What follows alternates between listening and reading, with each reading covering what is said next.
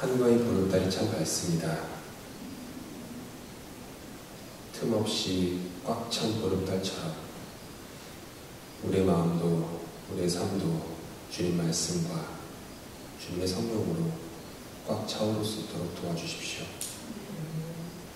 우리 속에 있는 어둠과 헛된 생각들을 다 몰아내 주시고 주님의 십자가, 주님의 보혈로 우리 마음이 꽉 차오를 수 있도록 주님 자비를 베풀어 주시옵소서. 예수 그리스도의 이름으로 기도합니다. 찬송가 414장, 찬송가 414장, 이 세상은 요란하나 함께 찬양하겠습니다. 찬송가 414장입니다.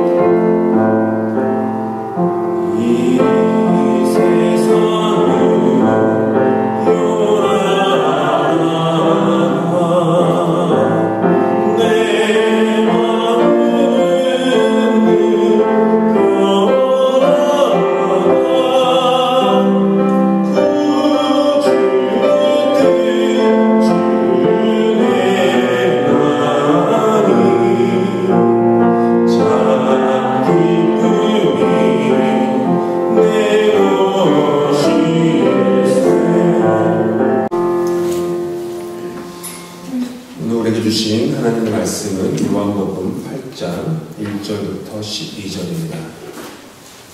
157페이지에 있는 요한복음 8장 1절부터 12절입니다.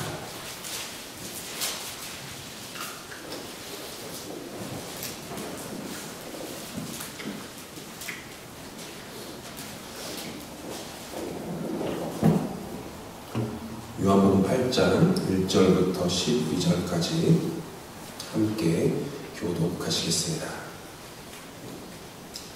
제가 먼저 1절 읽습니다. 예수는 감람산으로 가시니라.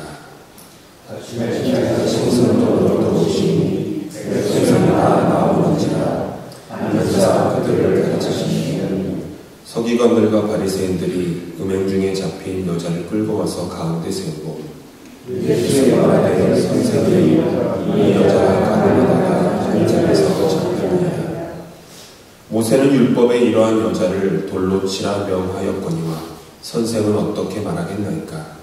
그들이 이렇게 말하면 고발할 조건을 얻고자 하여 예수를 시험하느라.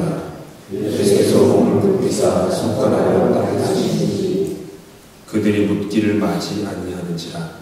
이에 일어나 이르시되 너희 중에 죄 없는 자가 먼저 돌로 치라 하시고 다시 몸을 굽혀 손가락으로 땅에 쓰시니 그들이 이 말씀을 듣고 양심의 가책을 느껴 어른으로 시작하여 젊은이까지 하나씩 하나씩 나가고 오직 예수와 그 가운데 섰는 여자만 남았다.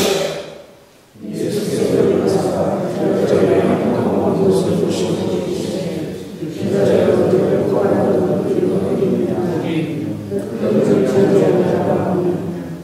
대답하되 주여 없나이다. 예수께서 이르시되 나도 너를 정죄하지 아니하노니 가서 다시는 죄를 범하지 말라 하시니라. 예수께서 또 말씀하여 이르시되 나는 세상의 빛이니 나를 따르는 자는 어둠에 다니지 아니하고 세상의 빛을 받지 아니하리라.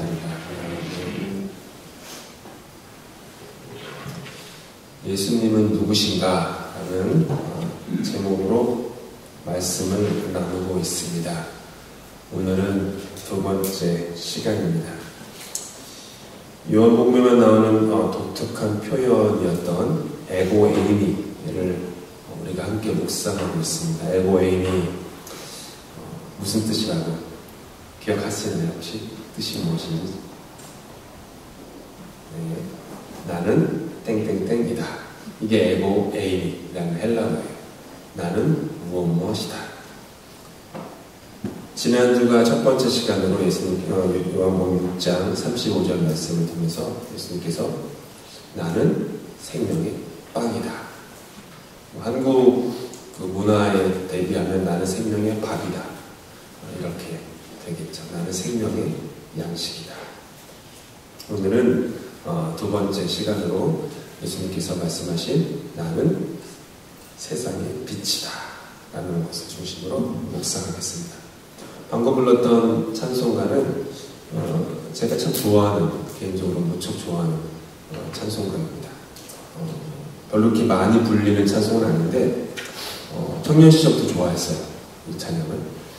특별히 1절 가사, 너무 저는 1절 가사를 참 좋아했어요. 이 세상은 요란하나 내 마음은 늘 편하다. 구주의 뜻 준행하니 참 기쁨이 내 것일세.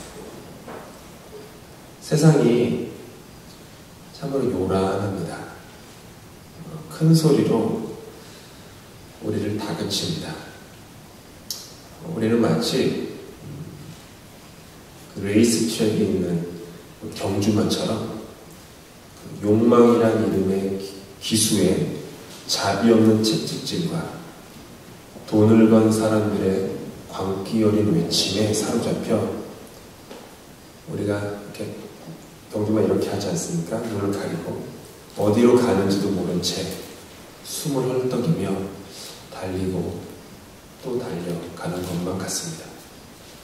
그렇게 막 달리다 보면 이민의 생활이 더욱 그렇죠. 달려가다 보면 어느 순간 너무 멀리 갔다가 내가 왜 여기 와 있지? 내가 지금까지 살아왔던 길은 무엇이지?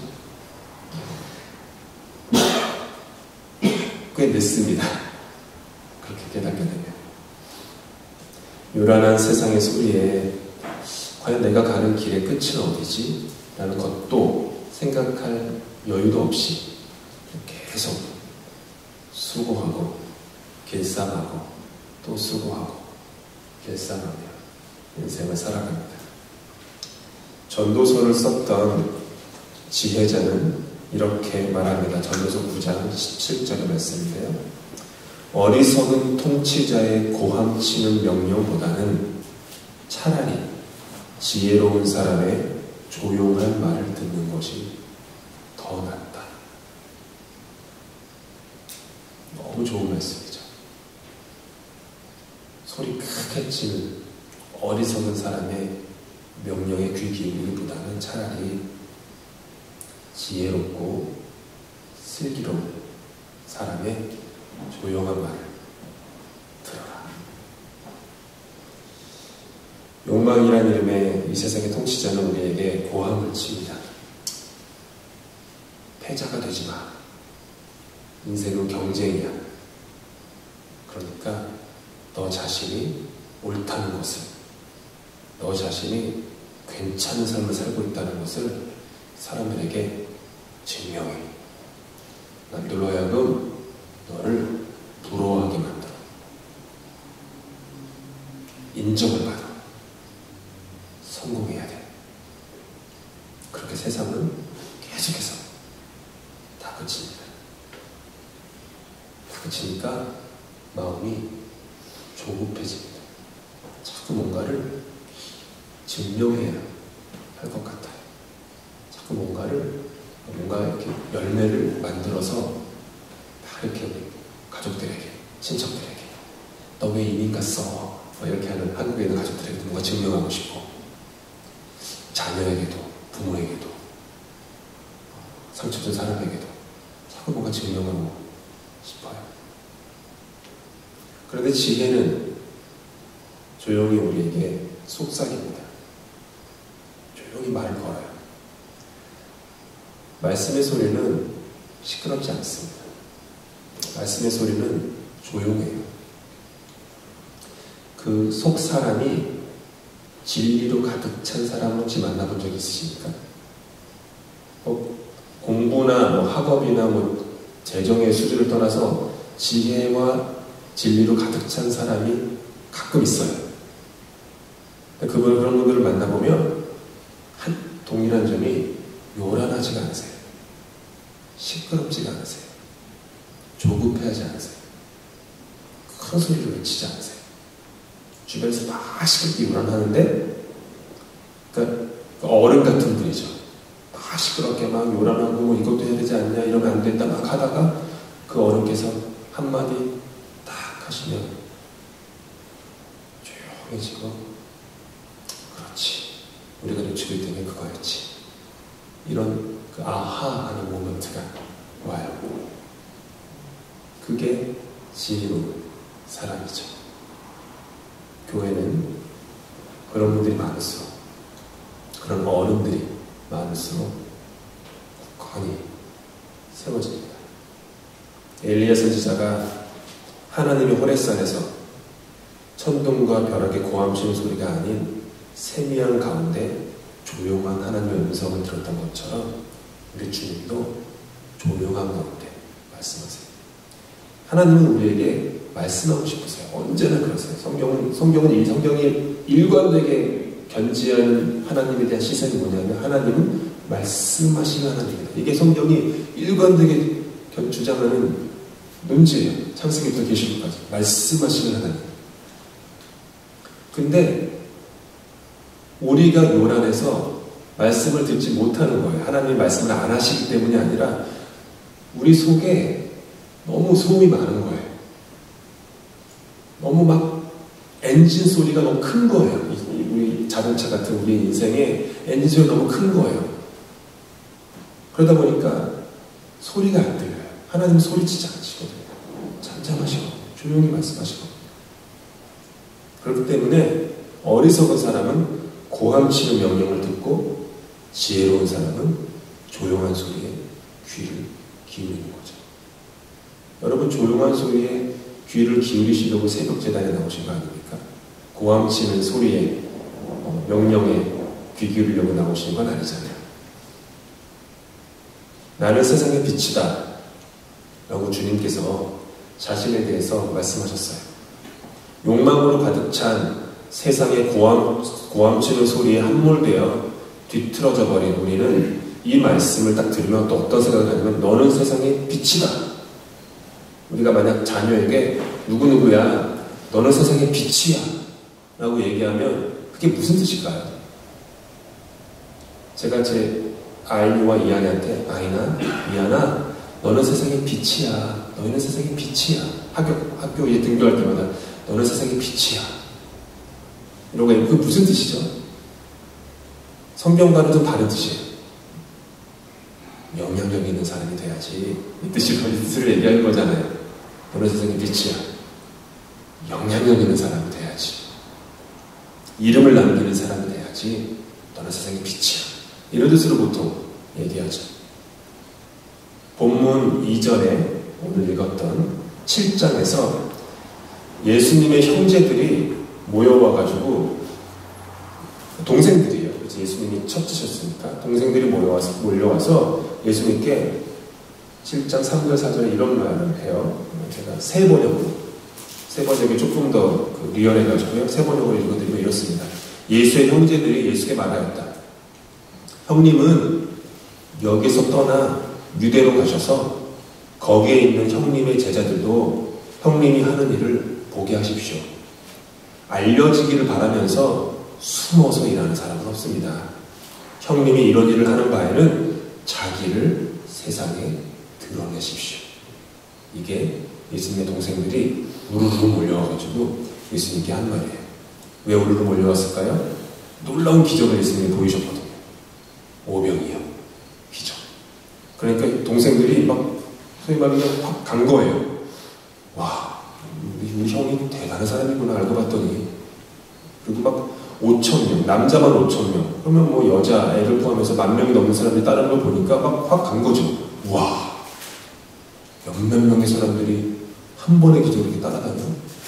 그러니까 동생들이 오르르 몰려온 거예요. 형님, 이 촌구석에서 뭐 하는 겁니까?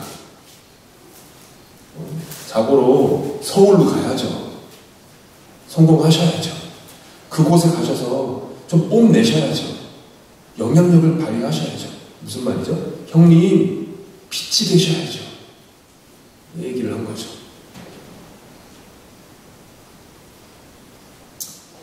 이런 예수 형제들에 대해서 성경은 단 한마디로 딱 정리를 해요. 7장 5절 요한복음. 예수의 그들이 이렇게 하는 이유는 예수의 형제들까지도 예수를 믿지 않았기 때문입니다. 다른 이유 없었어요. 그들이 예수님을 믿지 않았기 때문에 예수님에게 가서 서울로 가라고, 예루살렘에 가서 영향력을 끼치는 사람이 되라고 얘기하셨던 거죠. 예수를 제대로 믿지 못하면 저와 여러분도 예수님의 동생들처럼 똑같이 되기 쉽습니다.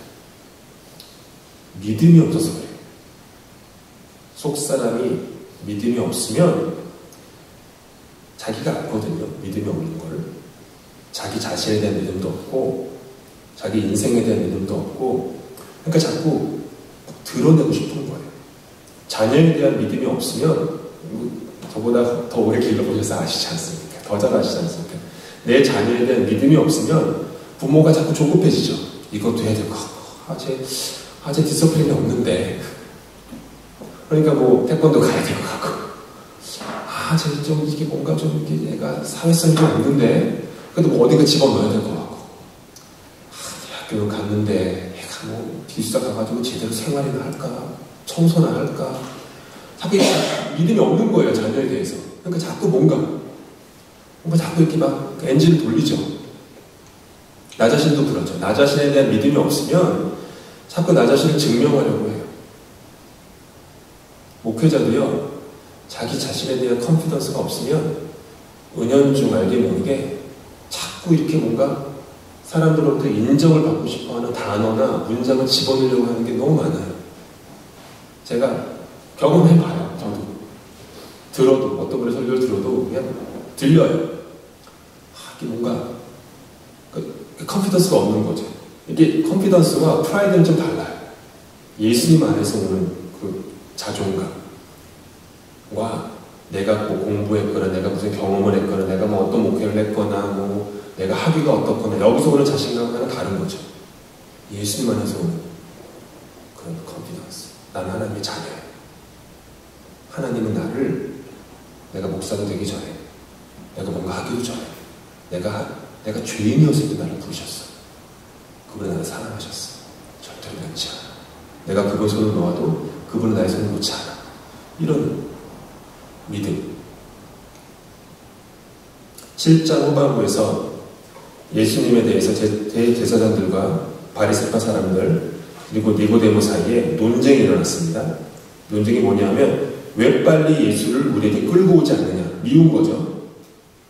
그래서 성전 경비병들한테 왜 예수를 끌고 오지 않아? 라고 막 다그치자 경비병들이 예수님이, 예수라는 사람이 하는 말의 권세로 인해서 데려올 수 없다라고 얘기를 해요.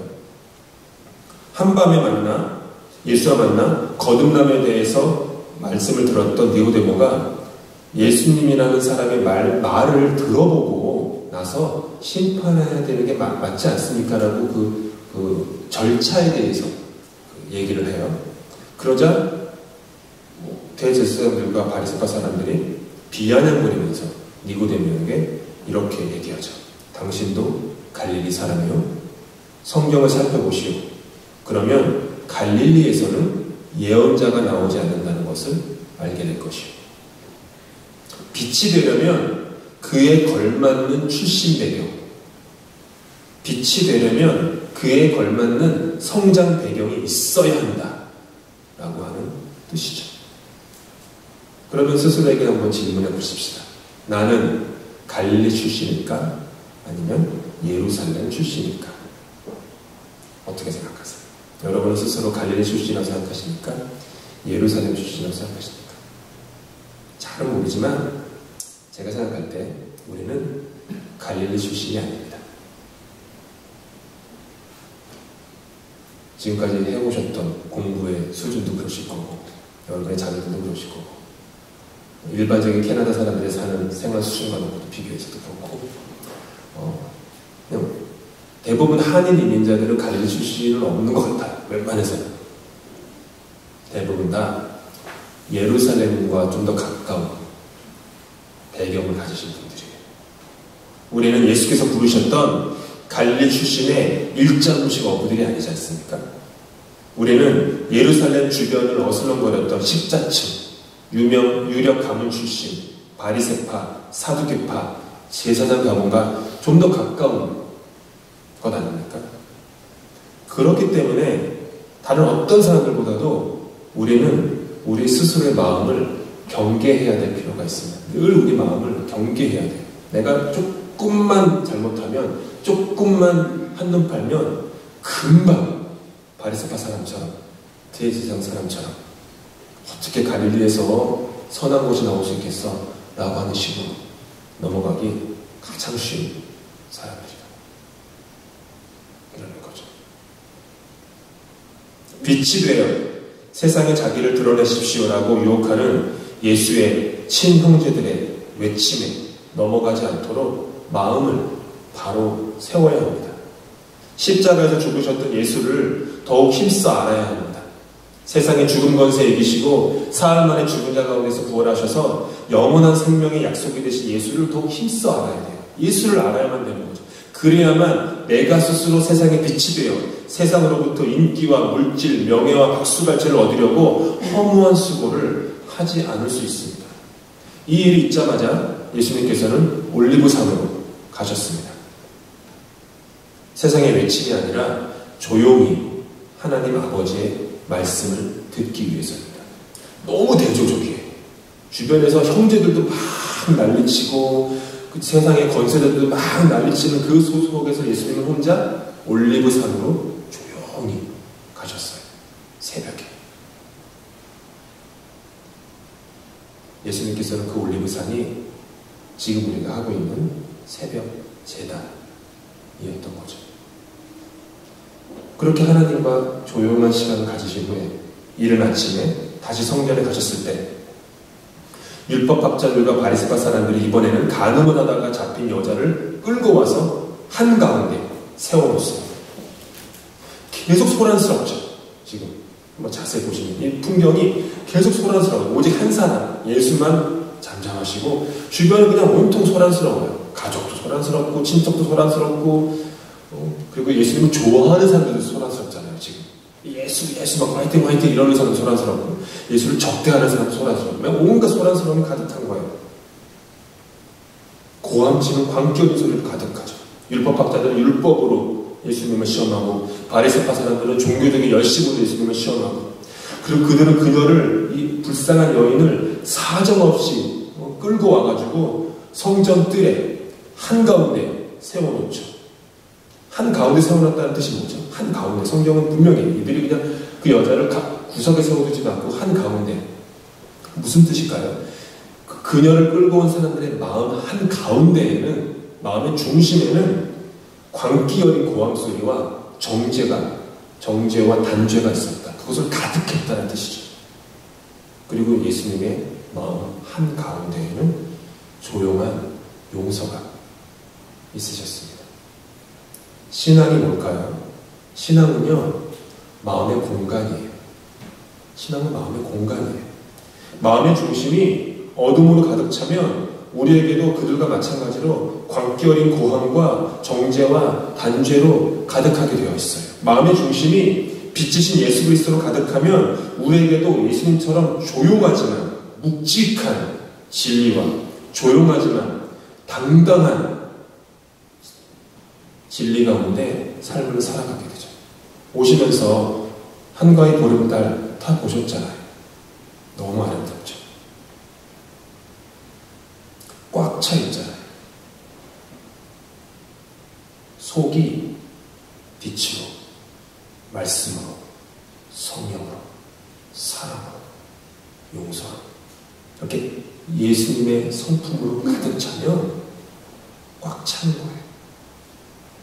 더 이상 나를 채울 필요가 못 느끼는 거죠. 충만하죠. 다윗처럼 내 자리 넘치나이다 고백할 수 있는 거죠. 여인에게 너를 정죄하는 사람이 어디 있느냐? 라고 물어보셨어요. 그러니까 여인이 대답합니다. 주님, 한 사람도 없습니다. 예수님께서는 그런 말씀하세요. 나도 너를 정죄하지 않는다. 가서 이제부터는 죄를 지지 말라. 그다음에 바로 다음 주 이렇게 말씀하세요. 예수께서 다시 그들에게 말씀하셨다. 나는 세상의 빛이다. 이게 예수님께서 나는 세상의 빛이다라는 말씀을 하기까지의 스토리 전개예요. 갑자기 나오신 게 아니라 그 스토리가 이렇게 흘러갔다는 거예요. 나는 세상의 빛이다. 나를 따르는 사람은 어둠 속에 다니지 아니하고 생명의 빛을 얻을 것이다. 빛은 우리를 따뜻하게 해줍니다. 빛은 차갑게 얻는 것을 녹게 해줍니다. 그리고 빛은 영양을 공급해줍니다. 빛은 생명을 자라게 해줍니다. 열매를 맺게 해줍니다. 빛은 어두운 곳을 밝힙니다. 그 빛 덕분에 우리는 열심히 일을 합니다. 빛은 우리로 하여금 장애물에 걸려 넘어지지 않게 도와줍니다. 지난주에 새벽 예배 처음 제가 오는데 이쪽이 아니라 저쪽 문으로 들어왔어요. 넘어질 뻔했어요. 도대체 이 스위치가 어딨지? 문을 딱 열었는데 스위치가 없는 거예요. 저쪽 문으로는. 아, 어떡하나. 뭐지 이거. 막 더듬어도 없고 결국 휴대폰을 꺼내서 빛을 이렇게 했더니 딴 데 이렇게 있더라고요. 빛은 우리로 하여금 장애물에 걸려 넘어지지 않게 해줘요. 더 이상 길을 헤매지 않도록 빛은 우리를 인도해줍니다. 이것이 세상의 빛이신 예수께서 저와 여러분을 위해 하시는 그분의 사역이에요. 그 빛 대신 주님께서 우리에게 생명이 되어주시는 거죠. 진리가 되어주시는 거죠. 그 빛이 우리 안에 충만할 때, 보름달처럼 충만할 때 우리는 주님께 영광을 돌립니다. 그런데 잊지 말아야 돼요. 보름달, 달은 스스로 빛을 비추는 존재가 아닙니다. 달과 해는 다르잖아요. 잘 아시는 것처럼. 달은 반사체예요. 스스로 빛을 발하지 못해요. 지금 보름달이 저렇게 찬란한 이유는 온전히 자신의 모든 존재로 빛을, 해에서 오는 빛을 이렇게 반사하기 때문에 오늘 새벽이 그토록 밝았던 것입니다. 빛은 뭐죠? 결국 빛의 성질은 결코 자기 자신을 위하지 않고 남을 위한다는 거예요. 빛이. 예수님의 빛은 나의 삶을 밝혀줘요. 예수님의 빛은 나를 위한 십자가예요. 그 빛이 내 안에 비출 때 내 안에 새롭고 참된 열정이 솟아오르고 그 빛이 내 안에 비출 때 의미 없었던 내 삶의 수고는 충만한 보람으로 바뀌죠. 세상의 빛 예수가 내 안에서 빛날 때 우리 주위의 사람들은 우리의 삶을 통해 예수를 봅니다. 내 안에 어둠이 가득하면 내가 하는 모든 말들이 쪼는 말, 찌르는 말, 상처 주는 말밖에 안 돼요. 내 안에 빛으로 가득하면, 진리로 가득하면 따뜻한 말, 용서하는 말, 자비로운 말, 품는 말, 제가 지난주 설교한 것처럼 보편적인 그런 말, 치우치지 않는 말, 편협하지 않는 말, 그런 말을 할 수 있어요. 얼어붙은 겨울의 마음을 녹이는 세상의 빛을 우리 삶을 통해 만날 때 우리를 통해 그들의 생명에, 그들의 삶에 봄의 생명이 다시 되살아나죠. 우리는 어둠 위에 달처럼 어두워요. 그리고 예수님은 빛이세요. 이사야서 9장 말씀, 또 그 말씀을 그대로 예수님 인용하셨어요. 이렇게 말씀하셨어요. 흑암에 앉은 백성이 큰 빛을 보았고 사망의 땅과 그늘에 앉은 자들에게 빛이 없도다. 나의 안에 어둠뿐이니까 나에게는 사망의 그늘밖에 없어요. 그래서 여러분 신앙생활 하시면서 나 자신에게 집중할수록 결국 그 마음이 가는 곳은 흑암의 늪이에요. 어둠밖에 없는 내 마음이 집중하니까 결국 갈 곳은 흑암의 늪밖에 없는 거죠. 세상의 빛, 예수, 그분이 내 삶의 참 구원자이십니다. 그분은 내 깊은 흑암 가운데 들어오셔서 십자가에 달려 죽으셨고 그 어둠을 빛으로 바꾸셨어요. 흑암 가운데 있는 우리에게 오셔서 외치신 거예요. 말씀하신 거예요. 조용히. 내가 너를 사랑한다. 내가 너를 기뻐한다. 너는 나의 것이다. 나는 너의 빛이다. 예수님을 힘하십시다. 힘써 하십시다. 흑암의 새벽에 여명이 오듯이 예수님께서 우리의 삶을 밝혀 주실 것입니다. 가진 것 없어도 남들보다 앞서지 못해도 때로는 건강하지 못해도 실수와 죄가 많아도 생명의 빛이신 예수님만 생명 다해 따른 세상의 빛이신 예수님만 생명 다해 따른다면 우리는 우리에게 주어진 이 한 번의 인생을 부르심으로 예수의 빛 가운데 살 것입니다. 새벽제단 나와서 기도하실 때마다 여러분 마음이 빛나실 수 있으면 좋겠어요. 따뜻하실 수 있으면 좋겠어요. 기도는 양이 아닙니다. 기도를 많이 한다고 그것이 하나님이 기뻐 받으시는 온전한 기도가 되는 건 아니에요. 기도는 그러니까 온전한 기도. 그러니까 이런 거죠. 내 속에 막 욕심과 욕망으로 가득 차서 그 욕심과 욕망을 하나님께 막 프레젠테이션을 하는 기도를 뭐 오랫동안 했다고 해서 과연 그것이 하나님의 마음을 조금이라도 감동시킬 수 있겠습니까? 전혀 아니죠. 하나님의 마음의 중심을 보시는 분이시네. 기도는 소리를 내서 기도하건 잠잠히 기도하건 어떤 모습으로 기도하건 기도의 그 모습과는 상관없이 그 마음이 하나님께 향하고 자기를 포기하고 자기 십자가를 지는 그런 내려놓는 기도가 있을 때 그 기도 하나님 기뻐하십니다. 그래서 처음에 기도하러 올 때의 마음의 자세와 기도하며 나갈 때의 마음 자세가 달라야 돼요. 들어올 때는 마음이 조급하니까 내 애를 위해서 이것도 기도해야지. 이렇게 문제가 있는데 이것도 하나님께 좀 간구해야지. 이렇게 막 엔진이 막 뜨거워가지고 막 앉았는데 기도하다 보니까 그게 안 할 것 같은 거예요. 하나님 이런 기도 기뻐하실까? 말씀이 그렇지 않은데 그러다 보니까 막 말을 하려다가 할 말이 없어지는 거예요. 그런 거 경험하시는 거예요. 기도하다 보면 처음에는 막 내 할 말이 많았는데 기도하다 보면은 조금씩 더 기도의 세계로 들어가면 할 말이 없어져요. 내가 자꾸 내 말을 자꾸 하게 되니까 그냥 가만히 있게 되죠. 그래서 저는 뭐 기도 훈련을 많이 받았지만 또 저는 기도의 스타일도 많이 바뀌었지만 자라면서 신앙생활 하면서 그냥 제가 하는 제일 간단한 기도는 그냥 찬송가 가사 딱 하나 그냥 몇 번 하나님 앞에 그냥 말씀드리고 뭐 몇 분이건 몇십 번이건 그냥 그 가사 하나만 할 때도 있어요. 제가 제일 자주 쓰는 찬송가 가사는 그거죠. 다음 주 새벽 예배 때 찬송가를 부를 텐데요. 주님의 뜻을 이루소서 고요한 중에 기다리니 진흙과 같은 날 빚으사 주님의 형상 만드소서. 그냥 그 말만 계속해요. 혼자 이 교회 출근해서 여기 앞에 가서 무릎 꿇고 앉은 다음에 그냥 그 말만 해요. 주님의 뜻을 이루소서 고요한 중에 기다리니 진흙과 같은 날 빚으사 주님의 형상 만드소서. 저 큰 옛날 성경 예레미야서를 제가 펴놨거든요. 주중에 오니까 또 성경 바뀌더라고요. 다른 걸 오시셨는데 괜찮아요? 만들으셔도 돼요. 저는 예레미야서 그냥 기도하면서 펴놔요. 거기에서 말씀 주님께서 내가 너를 기뻐하고 내 마음과 정성을 다해서 내가 너를 이 땅에 심으리라. 예레미야 32장 말씀 있거든요.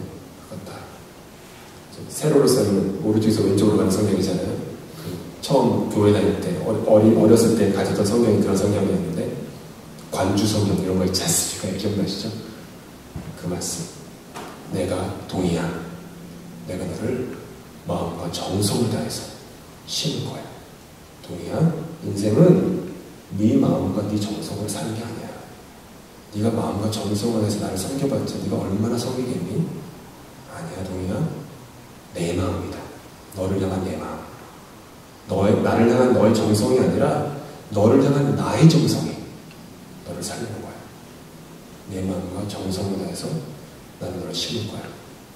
그런 말씀이 쓰였으니까 제가 무슨 할 말이 있겠어요. 이것도 해달라 저것도 해달라. 주님 주일학교가 이렇습니다. 주님 영어 예배 어떻게 될까요? 이런 거 할 말 뭐가 있어요. 그냥 가만히 앉아서 주님의 뜻을 이루소서 고요한 중에 기다리니 진흙과 같은 나를 우리를 빚으사 주님의 형상 만드소서. 그 말만 하다가 내려오는 거죠. 나는